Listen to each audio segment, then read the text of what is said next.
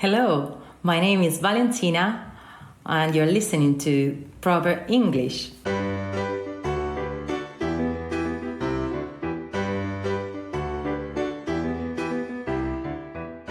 Hello!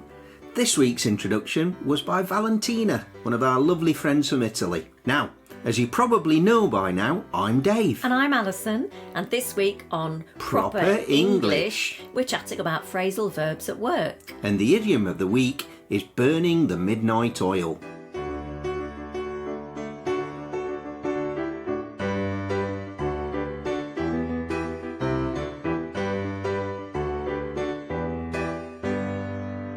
Previously on Proper English, We talked about phrasal verbs to do with travelling and around the home. So now let's knuckle down and look at some useful ones for work.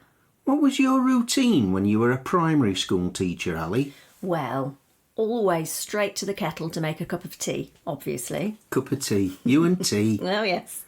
Then my first job of the day would be to switch on the laptop in the classroom and log into my account. And what would you work on first? Oh, I'd get all the resources ready for the first lesson of the day and reread my planning. Resources?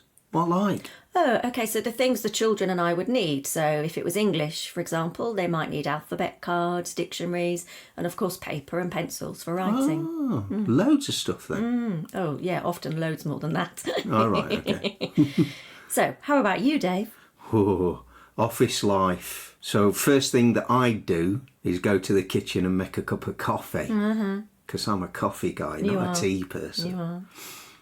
And then we'd often have a team meeting and people would bring up any issues that needed discussing and almost always I would end up taking on more work. I'd jot down a few notes to remind me what needed doing and report back on what I'd been doing since the last meeting. Oh, I hate meetings. Me too. At work, you never attend a meeting that will reduce your workload, do you? A chance would be a fine thing. Oh, and at school or university, you hand your work in. Essays, things like that. And if your job involves written work, you may well hand it in to your boss sometimes too. Your job might involve getting in touch with clients on the phone, and when you ring them and they don't answer you, you might tell your colleagues that you can't get through to them. And then when you finally do get in touch, you have to hope that you can arrange a meeting with them and that they're not booked up too far in advance. It's easy to run out of patience. But not run out of patience if you're working in a medical centre. Oh, that might be one for Instagram, Dave. So, for several years I worked as a supply teacher, which meant I filled in for teachers who were either on a training course or off sick or something. Ah, right. And if you're unwell, you should take time off to recover. Or you run the risk of burning out. Yeah, and not just physical health, but mental health days are important too, aren't they, Oh, Dave? yeah, very important. Of course, one of the ways that you can stay sane is by knocking off early once in a while. Finishing at lunchtime on a Friday is a great way to start the weekend. Absolutely. So, how many phrasal verbs did you spot and how many did you understand? We used around about 15 in that conversation. Let's go through them one by one. To start with, knuckle down, which means to start work, taking it seriously.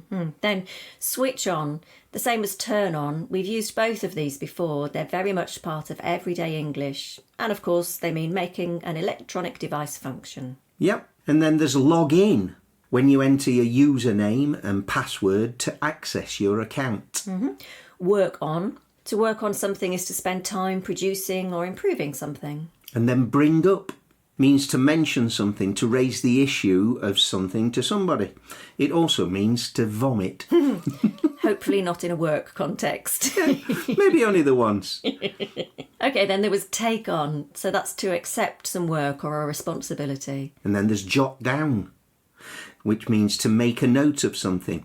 I introduced my student Kasia to this one a couple of weeks ago. OK. Yeah. Report back. Tell someone the results of something that you've done. Update them on a situation. And then there's hand in, to give your work to somebody for checking. Get through to. If you get through to someone, they answer your phone call. We also use it more abstractly to describe being able to make someone understand our point. Yeah, that's not always easy. No. Oh, and booked up. When somebody has commitments, when they're unable to make any further arrangements. Yep. Run out. When we run out of something, we have none of whatever it is left. We can use it to mean physical things too. We nearly ran out of tea bags, but fortunately, Dave remembered to buy some more. Oh, yeah, from Marks and Spencer's, we're going enough for the next 6 months now. Then there's fill in for, and that means to substitute for somebody. Mm-hmm. Burnout, when you become completely exhausted through overwork. Yeah, that's horrible. But then there's knock off, which is a slang term to describe finishing work usually early for the day. Mm-hmm. And in fact, there is a 16th one. I inadvertently used end up, which is also a phrasal verb, which means to be in a final place or situation. Oh, yeah. Do you know what? There might be others too that we're so used to we haven't spotted. Do get in touch and let us know if you've found any that we missed. Yes, and did you realise that chatting to us online could be a great way to activate your knowledge? Oh, yeah, passive and active. Yeah.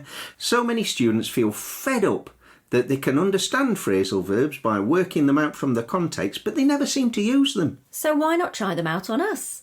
Send us a message using some of the phrasal verbs we've talked about today or in previous episodes. We'd love to hear from you, and we can give you a thumbs up if you've used them correctly. Unless this is the very first episode you listen to, you'll already know that you can email us. But if you write on our Instagram feed, for example, then you're sharing the love with other students.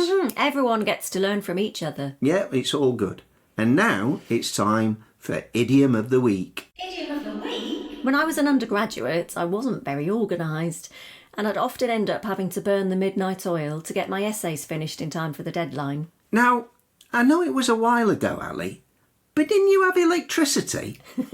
Yes, the oil does refer to the oil in a lamp, but my student house did in fact have mains electricity, unlike the home I grew up in. But that's another story. Ooh, are you going to tell us in a different episode? One day. Oh. So, in case you haven't worked it out, to burn the midnight oil is to work late into the night. According to www.frasers.org.uk, the idiom first appeared in print in 1635.